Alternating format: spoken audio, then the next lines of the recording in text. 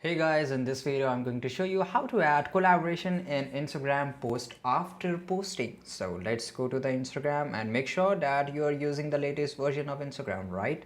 So here, if I want to let's find out whether it's work or not. Okay, so I will just give the permission, and if I want to In this post video, I'm some going to show you photo, how you can let's fix say if 4 I want to to just 9 post this one, okay?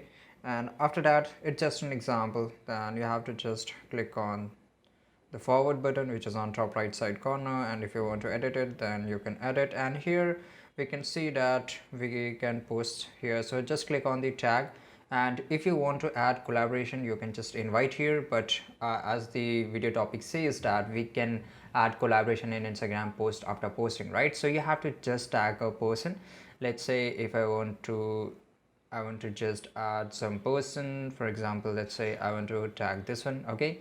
And I will just click on the check mark, which is on top right side corner, okay? And I will just post this, and let's wait whether this photo is posted or not, right? So here, let's say it's work or not, we will click on the three dots on the top right side corner, and here there is option of edit, okay? And here you can see that add paid partnership level here.